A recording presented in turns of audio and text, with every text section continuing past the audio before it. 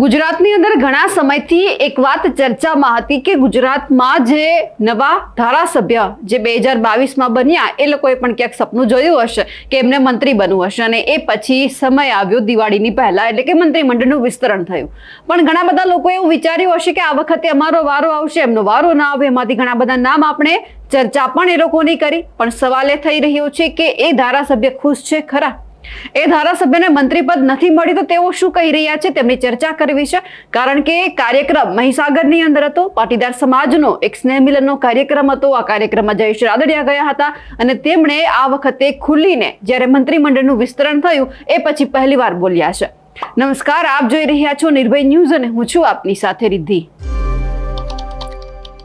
દિવાળીની પહેલા મંત્રીમંડળનું વિસ્તરણ થયું અને વિસ્તરણ બાદ સૌથી ચર્ચાતો ચહેરો જયેશ રાદડિયા હોય, અલ્પેશ ઠાકોર હોય, હાર્દિક પટેલ હોય, શંકર ચૌધરી હોય, આ બધાના નામની ચર્ચા થતી હતી। તેમ છતાં મંત્રીપદ આપવામાં ન આવ્યું અને એ પછી સવાલ થયા કે આ લોકો ખુશ છે ખરા ભાજપથી? અને ક્યાંક પવન સૌરાષ્ટ્રમાંથી પણ એવો દેખાયો કે એમના જે સમર્થકો છે જયેશ રાદડિયાના તે ખુશ નથી, કારણ કે જે લાંબા સમયથી ત્યાંના જે પાટીદાર સમાજના લોકો છે, ખેડૂતો છે, એમનો જે મતદાર છે, એમણે પણ સપનું જોયું હશે કે અમારા ધારાસભ્ય છે મંત્રી બને, પણ એમને મંત્રીપદ આપવામાં ન આવ્યું। પણ આ બધી જ બાબતે જ્યારે મહીસાગર જિલ્લાની અંદર સ્નેહ મિલનનો પાટીદાર સમાજનો કાર્યક્રમ હતો, બધા પાટીદાર સમાજના આગેવાનો ભેગા થયા હતા અને આ જ કાર્યક્રમની અંદર જયેશ રાદડિયાને જ્યારે સવાલ કરવામાં આવ્યો કે મંત્રીપદ આપવામાં નથી આવ્યું તો તમે શું કહેવા માંગો છો, ત્યારે એમણે સ્પષ્ટ વાત કરી દીધી છે બધા જ લોકોને મંત્રી બનવું હોય છે પરંતુ બધાને બનાવવામાં નથી આવતા, તે પણ વાત સાચી છે। પરંતુ ભાજપે જે નિર્ણય કર્યો છે એ શિરોમાન્ય હોય છે, અમે લોકો એમને એ જો નિર્ણય છે એમને આવકારીએ પણ છીએ। સૌથી પહેલા તો જયેશ રાદડિયાએ શું કહ્યું છે મંત્રી પદને લઈને તે સાંભળીએ। શ્રી સરદાર વલ્લભભાઈ પટેલની 150મી જન્મ જયંતિ અને એના ભાગરૂપે આજે પાટીદાર સેવા સમાજ મહીસાગર દ્વારા 5મા સ્નેહ મિલનનું ભવ્ય આયોજન કરવામાં આવ્યું હતું। પાટીદાર સમાજને મજબૂત કરવા માટે, સમાજને આગળ લઈ જવા માટે અલગ અલગ આગેવાનો દ્વારા મંતવ્યો રજૂ કરવામાં હતા।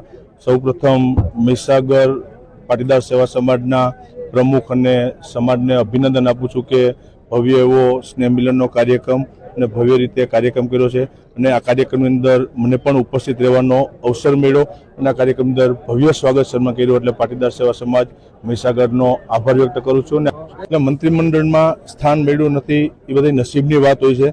જ્યારે 30 વર્ષની મારી ઉંમર હતી ત્યારે રાજ્ય સરકારની અંદર નરેન્દ્રભાઈ મોદી મુખ્યમંત્રી હતા ત્યારે મેં જવાબદારી મંત્રી તરીકેની સંભાળી છે। એટલે 10 વર્ષ સુધી કામ કર્યું છે। સમયે સમયે બધાનો વારો આવતો છે, નામ ચાલતા હોય છે એટલે પણ જે કંઈ નિર્ણય આવતો હોય શિરોમાન્ય હોય છે। એટલે 10 વર્ષ મેં કામ કર્યું છે। આવનારા દિવસોમાં પાર્ટી જે જવાબદારી આપે કામ અમે કરતા હોય છે।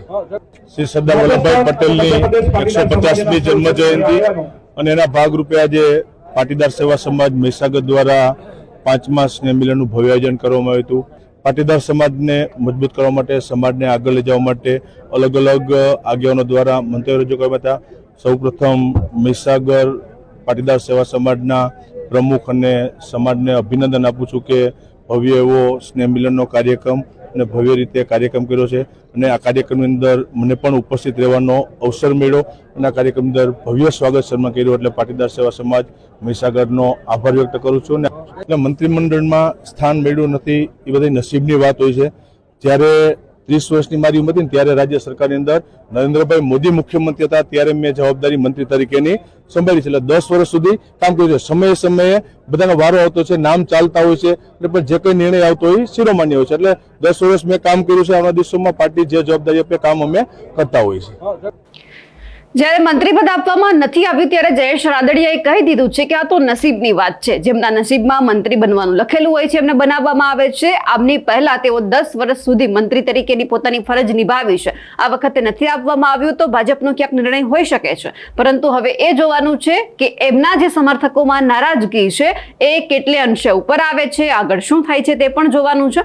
અમારા અહેવાલને લઈને આપનું શું માનવું છે ને જયેશ રાદડિયાએ જે વાત કરી છે તેમને લઈ આપ શું માનો છો કમેન્ટ કરીને ચોક્કસથી જણાવજો। સાથે જ અમારી નિર્ભય ન્યૂઝ ચેનલને લાઇક, શેર અને સબસ્ક્રાઇબ કરવાનું ભૂલશો નહીં। નમસ્કાર।